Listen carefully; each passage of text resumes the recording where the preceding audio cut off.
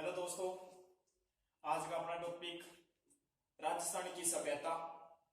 राजस्थान की सभ्यता में कालीबंगा के बारे में पढ़ेंगे अपने। कालीबंगा, देखो कालीबंगा कहाँ है। कालीबंगा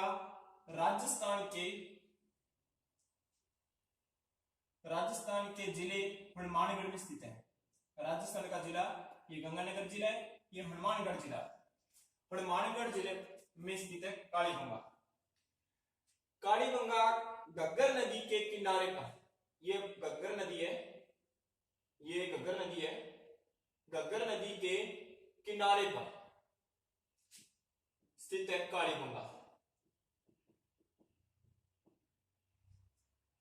घग्गर नदी का उद्गम होता है, घग्गर नदी का उद्गम होता है शिवालिक की पहाड़ियां, शिवालिक पर्वतमाला, शिवालिक पर्वतमाला। पर्वतमाला का मीन क्या होता है? बहुत सारियां पहाड़ियां एक सीरीज में, एक लाइन में चलती है, इसे कहते हैं पर्वतमाला। शिवालिक पर्वतमाला ये पर्वतमाला इस प्रकार से बहुत सारी पहाड़ियां ऐसे लगातार कंटिन्यू चल रही है। शिवालिक पर्वतमाला में एक पहाड़ी है कालका, उसका नाम है कालका की पहाड़ी। कालका की पहाड़ी से, कालका की पहाड़ी, ये शिवालिक पर्वतमाला कहाँ है? हिमाचल प्रदेश में है। कहाँ है? हिमाचल प्रदेश में शिवालिक पर्वतमाला। पर्वतमाला में एक पहाड़ है, पहाड़ी है कालका। कालका से इसका उद्गम होता है किसका? घग्गर नदी का। किसका होता है? घग्गर नदी का। कालका पहाड़ी से शुरू होता है, हरियाणा से होता हुआ राजस्थान के हनुमानगढ़ जिले की टिब्बी तहसील है, टिब्बी तहसील के तलवाड़ा गांव में, कहा? तलवाड़ा गांव में घग्गर नदी प्रवेश करती है। कहां से प्रवेश करती है? राजस्थान के हनुमानगढ़ जिले के टिब्बी तहसील के तलवाड़ा गांव में प्रवेश करती है। तलवाड़ा झील है, इस तलवाड़ा झील से क्या करती है? प्रवेश करती है घग्गर नदी। और जब इसमें बाढ़ आ जाती है, काफी मात्रा में पानी आ जाता है, बाढ़ की स्थिति आती है, तो ये पानी कहां चला जाता है? पाकिस्तान में चला जाता है। कहां चला जाता है? पाकिस्तान में। पाकिस्तान का एक प्रांत है पंजाब। देखो पंजाब इंडिया में भी है और पाकिस्तान में भी है। पाकिस्तान का प्रांत पंजाब, पंजाब का एक पाकिस्तान प्रांत के पंजाब के जिले बहावलपुर, बहावलपुर की तहसील फोर्ट अब्बास में इसका क्या हो जाता है? एंड हो जाता है। इसका, इस घग्गर नदी का एंड हो जाता है। घग्गर नदी के उपनाम क्या है? इसे नाड़ी कहते हैं, इसे मृत नदी भी कहते हैं, इसे नट नदी भी कहते हैं, इसे द्वेषवती नदी भी कहा जाता है, द्वेषवती नदी भी कहा जाता है, और इसे प्राचीन सरस्वती नदी भी कहा जाता है। क्या कहा जाता है? ये क्या है? घग्गर नदी के उपनाम है। क्या है? उपनाम है। घग्गर नदी के उपनाम है। क्या? प्राचीन सरस्वती नदी भी कहा जाता है, प्राचीन सरस्वती नदी। ऋग्वेद में 99 नदियों में सरस्वती नदी को कहने का मीन, जो प्राचीन सरस्वती नदी जिसे घग्गर नदी कहते हैं, निदात्मा कहा गया है। नदियों में सबसे सर्वश्रेष्ठ कहा गया है, सबसे सर्वश्रेष्ठ कहा गया है, सर्वश्रेष्ठ कहा है।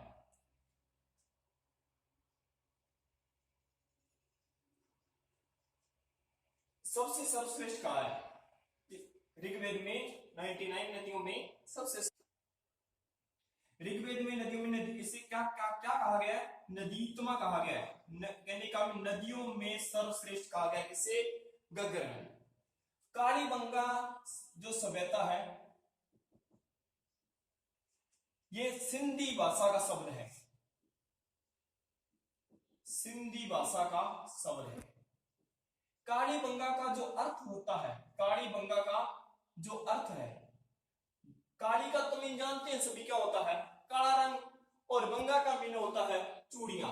तो कहने का मीन क्या मीन निकला, काले रंग की चूड़ियां, काले रंग की चूड़ियां। किसका मीन निकला है, काली बंगा का, काले रंग की चूड़ियां। कहां स्थित है, ये तो अपने को पता चल गया है कहां स्थित है। और ये कालीबंगा सभ्यता कैसी है, कालीबंगा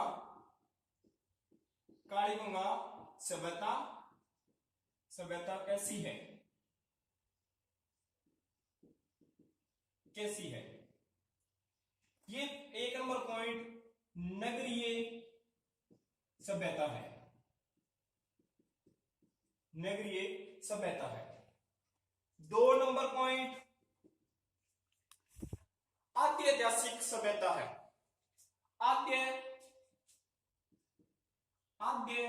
ऐतिहासिक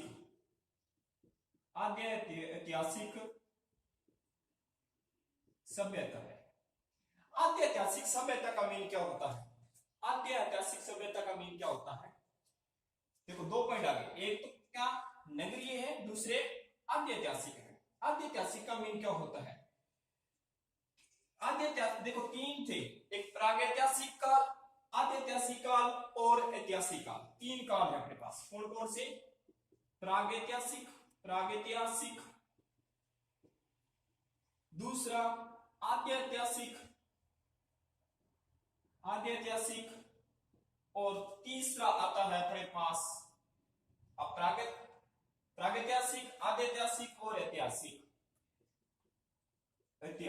इसके अंदर क्या होता है, अपने को लिखित साक्ष्य नहीं मिलते, लिखित प्रमाण नहीं मिलता है, लिखित में प्रमाण नहीं मिलता है, प्रमाण नहीं मिलता है। इसके अंदर क्या होता है, आद्य ऐतिहासिक में क्या होता है, अपने को लिखित में तो मिलता है, लिखित में तो मिलता है, लिखित में तो मिलता है, लेकिन पढ़ा नहीं जा सकता, लेकिन पढ़ा नहीं जा सकता, पढ़ा नहीं जा सकता। और तीसरे में दोनों बातें होती है, लिखित में भी होता है और ये क्या होता है, क्या होता है, पठनीय भी होता है। कहने का मीन इसको क्या कर सकते हैं, पढ़ भी सकते हैं। तो अपने इन तीनों में से कौन सा शब्द यूज किया है, अपने शब्द यूज किया है आद्य ऐतिहासिक यूज किया है। कहने का मीन जो इसका अपने को प्रमाण मिला है वो कैसा है, लिखित में तो है, लिखित है लेकिन क्या नहीं है, लेकिन पढ़ा नहीं गया, पढ़ा नहीं जा सकता। भावात्मक चित्र प्रस्तुत किए गए, चित्र डायग्राम बना दिए गए, जैसे बैलगाड़ी का डायग्राम बना दिया, बैलगाड़ी का डायग्राम बना दिया, पेड़ पौधों का डायग्राम बना दिया, इस प्रकार से पेड़ पौधों का डायग्राम बना दिया। तो सिर्फ अपने उसके अपने भाव ले सकते हैं, लेकिन लिखा हुआ नहीं है।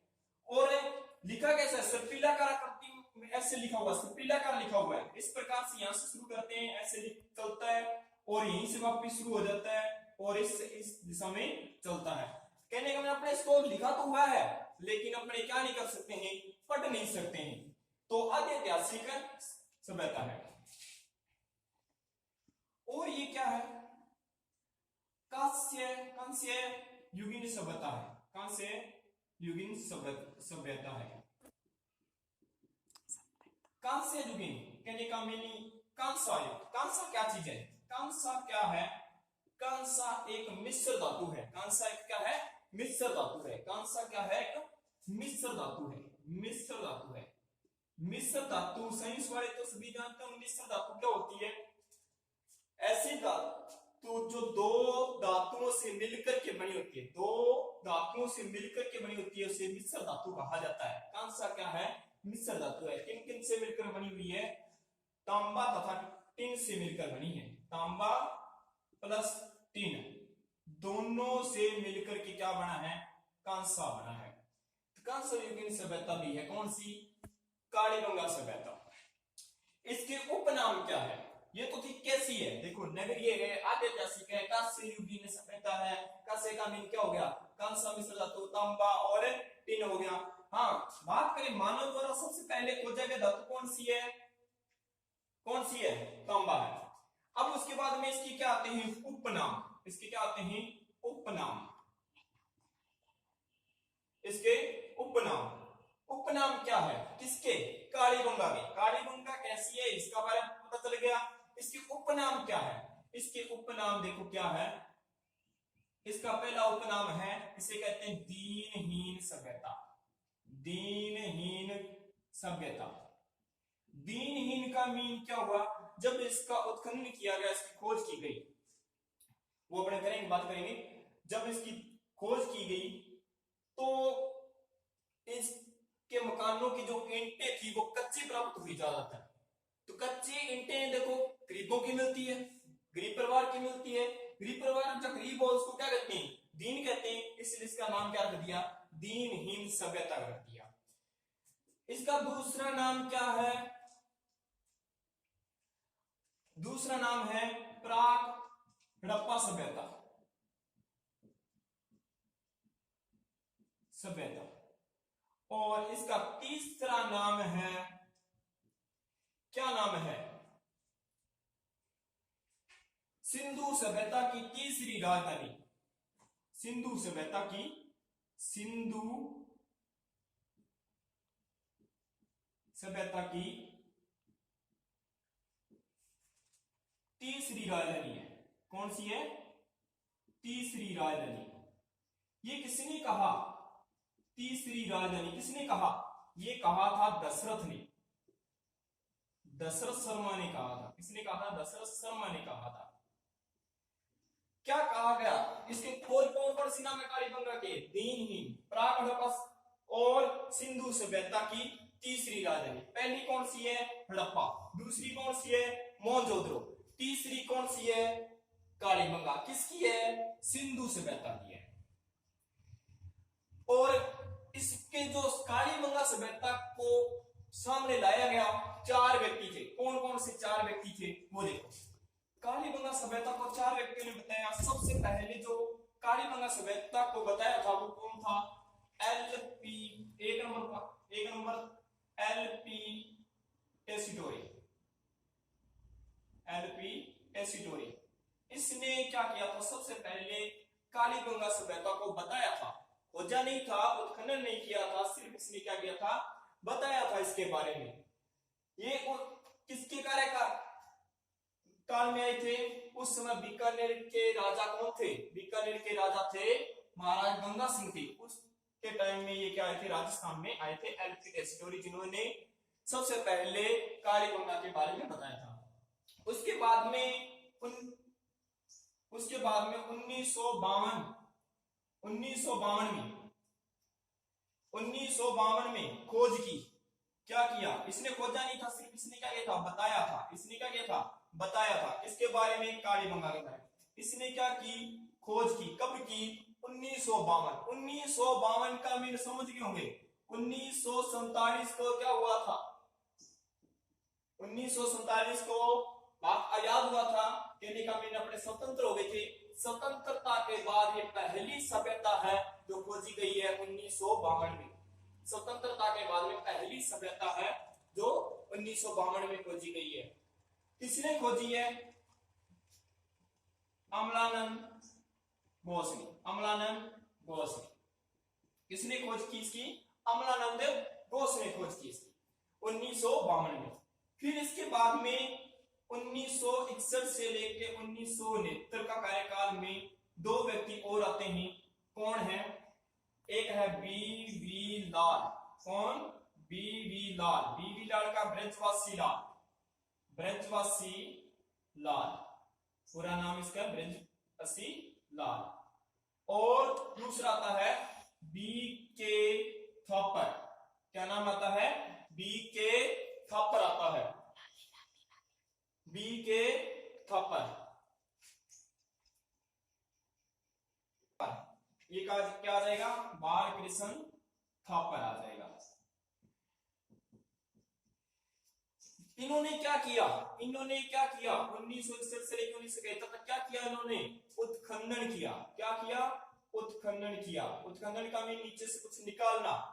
निकालने के बाद में अपने सामने जो साक्ष्य लाएंगे, प्रमाण लाएंगे उसके बारे में। इन्होंने इसने बताया था, लेकिन इसके बाद पे गौर नहीं की गई। इसने खोज की और इनके बाद में ये दो व्यक्ति हैं जिन्होंने क्या किया, बीवी लाल और बीके थापर, जिन्होंने क्या किया, इसका उत्खनन किया। किसका उत्खनन किया?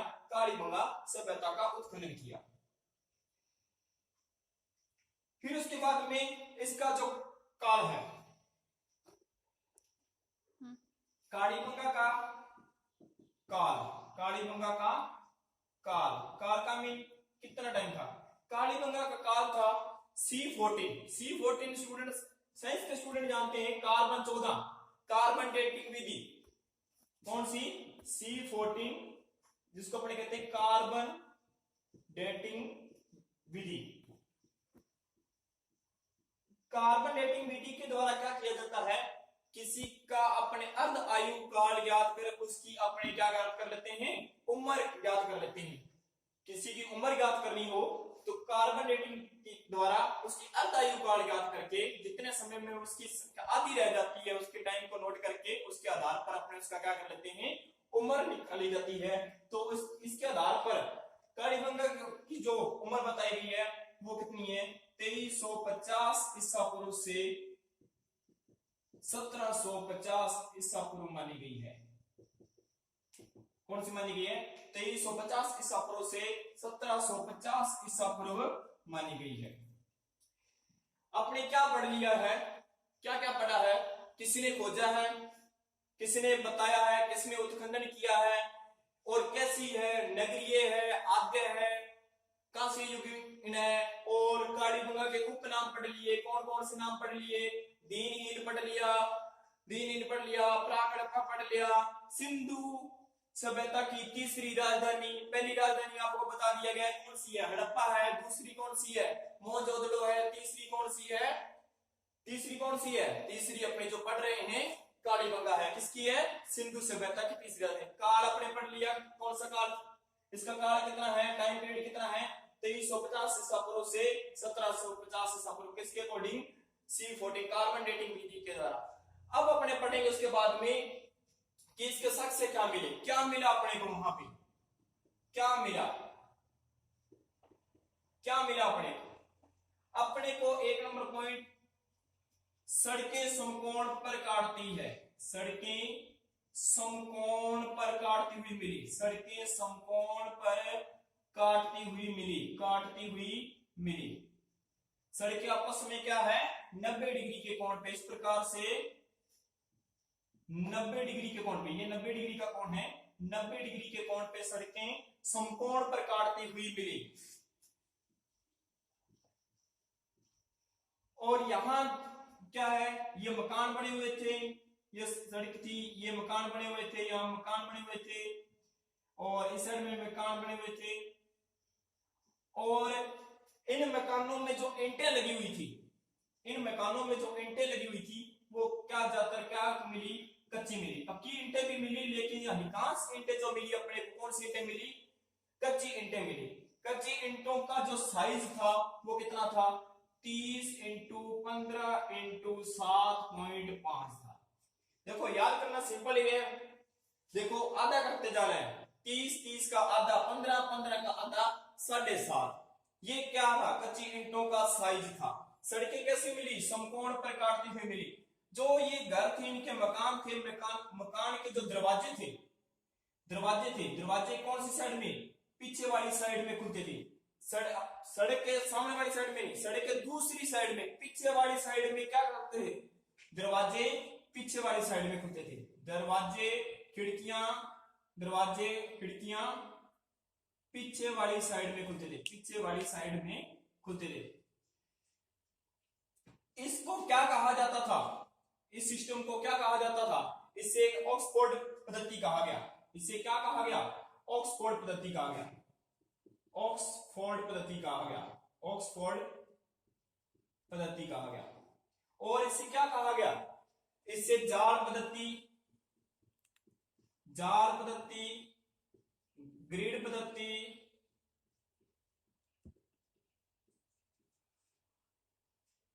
और चेम्सफोर्ड पद्धति कहते हैं। इसे क्या कहते हैं, चेम्सफोर्ड पद्धति कहते हैं।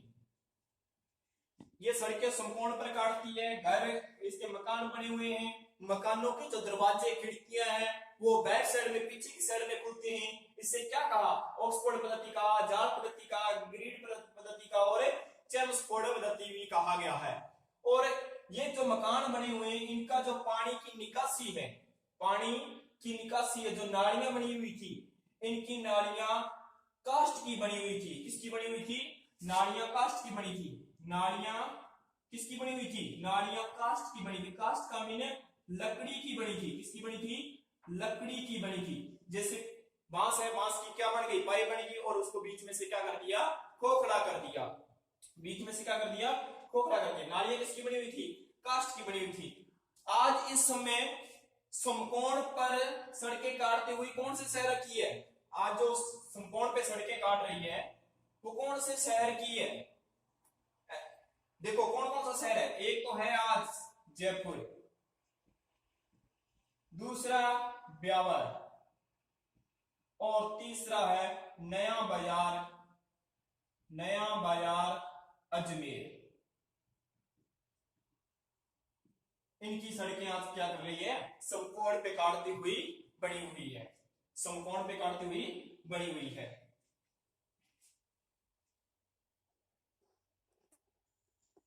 दो नंबर पॉइंट और क्या अपने को यहां से साक्ष्य मिले? कुत्ता क्या था? एक पालतू और प्रिय पशु था। प्रिय जानवर क्या था? प्रिय जानवर क्या था? कुत्ता था।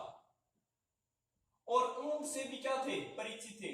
ऊंट से भी क्या थे? परिचित थे। ये कौन? कालीबंगा के लोग। फिर 3 नंबर पॉइंट में दोहरे जुते हुए खेत के निशान मिले। दोहरे जुते हुए खेत के चिन्ह मिले। खेत के चिन्ह मिले या अपने के निशान मिले। किसके मिले? दोहरे जुते हुए खेत के निशान मिले। तो दोहरे जुते हुए खेत के कहने का मीन एक इस प्रकार जो खेती की गई, एक साथ में 2 फसलें बोई गई। एक साथ में 2 फसलें बोई गई, जैसे कि गेहूं और जौ। गेहूं और जौ एक साथ 2 फसलें बोई गई थी। ऐसे निशान चिन्ह मिले अपने को, दोहरे जुते हुए खेत के चिन्ह मिले। कपास के साक्ष्य भी मिले। कपास के साक्ष्य भी मिले, जिसे क्या कहते हैं? सिंडल कहते हैं। जिसे क्या कहते हैं? सिंडल कहते हैं। जिसे क्या कहते हैं? सिंडल कहते हैं। कपास के साक्ष्य भी मिले, जिसे क्या कहते हैं? सिंडल कहते हैं। फिर उसके बाद में अपने क्या मिला? बेलनाकार, बेलनाकार बर्तन मिले। बेलनाकार बर्तन मिले और बेलनाकार बर्तन मिले, यहां से पता चला अपने को बेलनाकार बर्तन एक तो अपने कालीबंगा में मिले जब उसकी खोज की, उत्खनन किया। तो दूसरा मेसोपोटामिया में भी ऐसे बर्तन थे। मेसोपोटामिया में भी क्या थे? ऐसे ही बर्तन थे। मेसोपोटामिया में बेलनाकार बर्तन थे और यहां से उत्खनन करने पर भी क्या है? ऐसे बेलनाकार बर्तन मिले। तो इसका मीन क्या चला? दोनों का टाइम पीरियड क्या था? सेम चल रहा था। कहने का मीन ये क्या थे? समकालीन थे। मेसोपोटामिया कालीबंगा की क्या थी? समकालीन थी। और अपने को क्या मिला? तंदूर के समान, तंदूर के समान, तंदूर के समान चूल्हा मिला। तंदूर के समान अपने को क्या मिला? चूल्हा मिला। और उस चूल्हे के ऊपर क्या लगी हुई थी? मोहर लगी हुई थी। और उस चूल्हे पर क्या लगी हुई थी? मोहर लगी हुई थी। क्या लगी हुई थी? मोहर लगी हुई थी। तो मोहर कौन सी थी? मोहर कौन सी थी? पार्सियन मोहर थी। कौन सी मोहर थी? पार्सियन मोहर थी। पार्सियन मोहर का मीन, इसका संबंध किसके साथ है? पार्सियन मोहर का संबंध किसके साथ था? ईरान के साथ था। किसके साथ था? ईरान के साथ था। तो इसका मीन क्या निकला? जो कालीबंगा के लोग हैं ईरान से क्या करते थे? व्यापार करते थे। कालीबंगा के लोग क्या करते थे? ये कालीबंगा के लोग हैं, ये ईरान के लोग हैं और आपस में क्या करते थे? व्यापार करते थे। और तभी तो क्या हुआ? पार्सियन मोहर लगी और वो तंदूर कहां आ गया? कालीबंगा में आ गया। अपने को कहां से पता चला? उत्खनन किया तंदूर मिला, तंदूर के ऊपर क्या लगी हुई थी, एक मोहर लगी हुई थी। मोहर कैसी, पार्शियल मोहर थी, और वो पार्शियल मोहर कहाँ की है, यहाँ की है। तो पता चल गया इससे अपने को कि यहाँ के लोग क्या करते थे, व्यापार करते थे आपस में। कहां से व्यापार करते थे, ईरान से व्यापार करते थे। कहां से व्यापार करते थे, ईरान से व्यापार करते थे, ईरान से व्यापार करते थे। फिर उसके बाद में अपने को क्या मिले, एक सिक्के मिले। क्या मिले, सिक्के मिले। और इन सिक्कों के दोनों साइड में अलग अलग फोटो लगी हुई थी। दोनों साइड में अलग अलग, दो पासे होते हैं सिक्के के, दोनों पासों में अलग अलग तस्वीर लगी थी। एक पासे पर तो क्या थी, चित्ता या व्याकर, चित्ता, इसको क्या कहें, व्याकर, चित्ता या व्याकर। केवल दूसरी तरफ साइड में मात्र देवी कहें, अपने मात्र शक्ति कहें कि क्या लगी हुई थी, फोटो लगी हुई थी। इससे पता क्या चलता है, इससे क्या पता चलता है कि मातृस्थात्मक प्रणाली थी। क्या थी, मातृस्थात्मक प्रणाली थी, मातृस्थात्मक प्रणाली थी। कैसी प्रणाली थी, मातृस्थात्मक प्रणाली थी। कैसी प्रणाली थी, मातृस्थात्मक, क्योंकि सिक्के के एक साइड में लेडीज की फोटो लगी हुई थी, मात्र के लिए फोटो लगी हुई थी, तस्वीर लगी हुई थी। दूसरी साइड में तस्वीर किसकी लगी हुई थी, अपने पास चित्ता या व्याकर की लगी हुई थी। और मात्र शक्ति की तस्वीर लगने के कारण अपने को क्या पता चला कि मातृस्थात्मक प्रणाली थी वहां पे। कौन सी प्रणाली थी, मातृस्थात्मक प्रणाली थी। नेक्स्ट इसका पॉइंट है 7 पॉइंट हो गए। 8वां पॉइंट है, ये अपने देखो नेक्स्ट वीडियो में करेंगे। आज अपने 7 पॉइंट कर लिए, नेक्स्ट वीडियो होगी इसका पार्ट 2 में करेंगे अपने नेक्स्ट पॉइंट।